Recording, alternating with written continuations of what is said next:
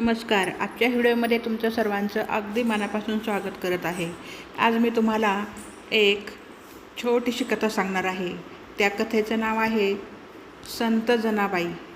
पौराणिक कथा आहे आणि खूप छान आहे ऐकायला. शेवटपर्यंत ऐका. संत जनाबाई एक दिवस आपल्या पतीस जेवायला वाढत होत्या. पहिला घास घेताच पतीने तावातावाने जनाबाईला मारावयास सुरुवात केली. भाजीत मीठ का नाही? तिला हुंदका फुटला. विठ्ठल समोर उभा राहिला. ती विठ्ठलाला म्हणाली, विठ्ठला, तू इथे असंतांच्या भक्ताला अशा परिस्थितीतून का जावं लागतंय? विठ्ठलाने स्मित हास्य केलं. जनीच्या डोक्यावर हात ठेवला. जनीला तिच्या पूर्वजन्माचे स्मरण झाले आणि तो क्षण तिच्या डोळ्यासमोर आला.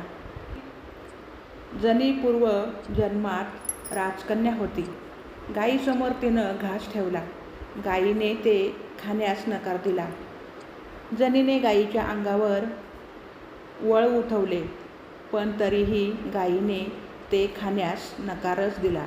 विठ्ठलाने जनीच्या डोक्यावरून हात उचलला आणि जनी भानावर आली. विठ्ठल जनीला म्हणाला, पूर्वसंचित आणि कर्मफळ कुणालाही चुकले नाही. हे सर्व भोगूनच या भवसागरातून जावे लागते. तुझी भक्ती ह्या जन्मातली आहे, तेव्हा तू पूर्वसंचित ह्या जन्मी फेडूनच माझ्या चरणी चिरंतन समाधीत विलीन होशील. संत नामदेवांच्या सहवासात जनाबाईंनी विठ्ठलाच्या भक्तीचा ध्यास घेतला होता. दळिता कांडिता तुझं गायन अनंता असे त्या म्हणत असत. संत नामदेव हेच त्यांचे पारमार्थिक गुरु होते. श्री संत ज्ञानदेव, विसोबा खेचर संत, नामदेव संत, जनाबाई अशी त्यांची गुरुपरंपरा आहे. संत ज्ञानदेवांच्या प्रभावळीतील सर्व संतांना त्यांनी प्रत्यक्ष पाहिलेले आहे. विठू माझा लेकरवाळा, संगे गोपाळांचा मेळा हा प्रसिद्ध अभंग जनाबाईंचाच आहे. त्यांना संत नामदेवांमुळे सतत संत संग घडला होता. संत ज्ञानदेवांविषयी त्यांचा भक्तिभाव अनन्यसाधारण होता. परलोकीचे तारू म्हणे माझा ज्ञानेश्वर असे त्यांनी ज्ञानेश्वरांविषयी म्हणले आहे. गौऱ्या शेणाच्या वेचताना घरातील इतर कामे करत असताना त्या सतत देवाचे नामस्मरण करत असत.